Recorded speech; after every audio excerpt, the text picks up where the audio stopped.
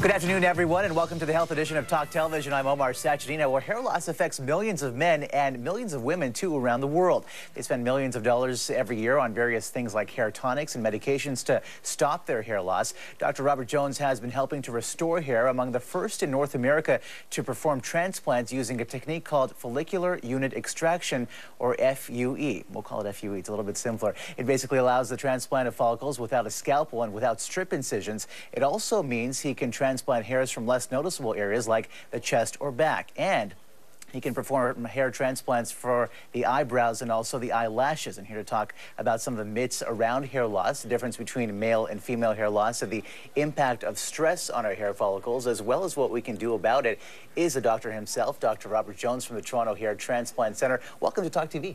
Great to be here, Omar. I'm glad to be helping out. Well, it is something that affects so many people around the world and in our city as well. Tell me a little bit, first of all, about this technique, the follicular unit extraction. Well, hair transplants have evolved a long way in the past 15 or 20 years. It used to be, when people think of hair transplants, they think of the transplants that they can actually see. With large 10 or 12 hair plugs being moved from the back of the head to the front. The way we do it these days is we actually move the grafts in what are called follicular units, 1, 2, and 3 hair grafts, and we put them into needle holes on the top of the head. I've had one done myself, and as you can see from the top of my head, it looks as normal and as natural as somebody that hasn't had a hair transplant. And I guess the idea with the way that we do them these days, again, is we put them at the right angle in the way that they are in nature. And so somebody that's had a hair transplant, it's impossible to tell that they've had it done if it's done properly. Do you find that there are patients that come into your office who sometimes have unreasonable expectations? Well, probably the biggest unrealistic expectation that younger patients have is expectations of density.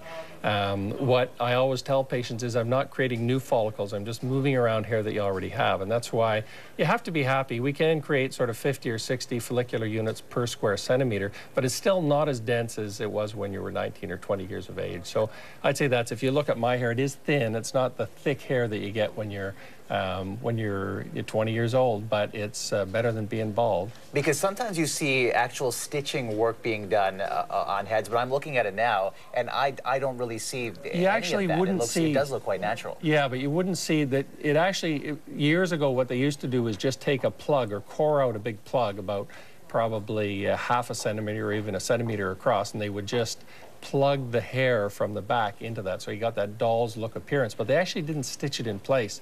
But it's just those big, 12 hair grafts that stick straight up that become very obvious. But that's obviously not the way that we do it these days. We've got our live example here in front of us. Let's see if we can get to some before and afters if you are watching us on television, and perhaps you can walk us through. So this picture to the right, left, I should say, this individual, this man, obviously suffering from hair loss in the crown area, and then the results seem to be pretty good. How long did that take, that process? Well, it usually takes about 3 months to start to grow after the transplant, and a full year to get the final results. So it does take a little while to see the results, but in a way that's good because it's not a dramatic change. Since it comes in over the course of a year, you can tell people that you've changed your diet, or so people are quite interested in sort of hiding the fact that they've had this done, and since it comes in so slowly, they can do that. So these are multiple sessions over a few months? Well, no, we do one session, but it just takes months to come in. So we can do 3,000 or 4,000 grafts, or 8,000 or 10,000 hairs in a sitting,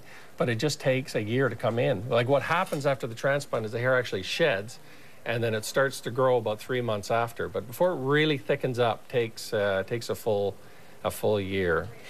You touched on something interesting. You said that there are a few younger patients who come into your office, and sometimes when we think about this hair loss, we think about men and older men, middle-aged men.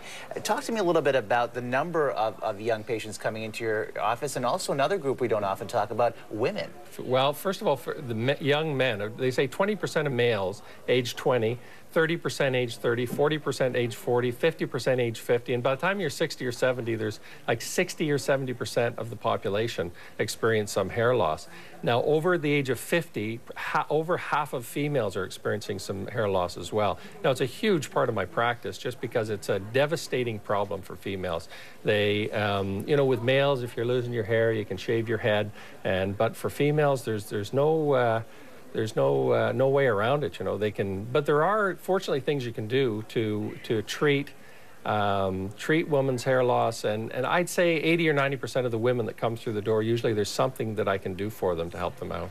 And are certain races or ethnicities predisposed to this than others? It's probably pretty well the same. I see it. It's across the board. You know, every race, creed, color, all experiencing hair loss. It's probably some races. I find especially East Indians are very concerned with hair loss, and they just. But you know, generally speaking, it affects everybody equally.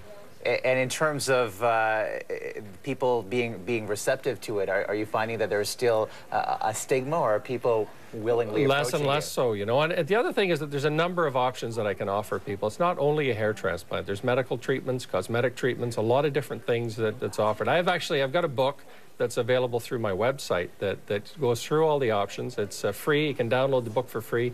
Basically goes through all the different options, all the different treatments, and all the different causes of hair loss. So, you know, if people are interested in finding more, probably the best thing is to download the ebook, read through it. You could probably do it in a few hours. It's got a good summary of just all the possible treatments, causes of hair loss. And just give us that website once again. It's drrobertjones.com. Easy. Excellent. Yeah. We're going to take a quick break. Lots of questions.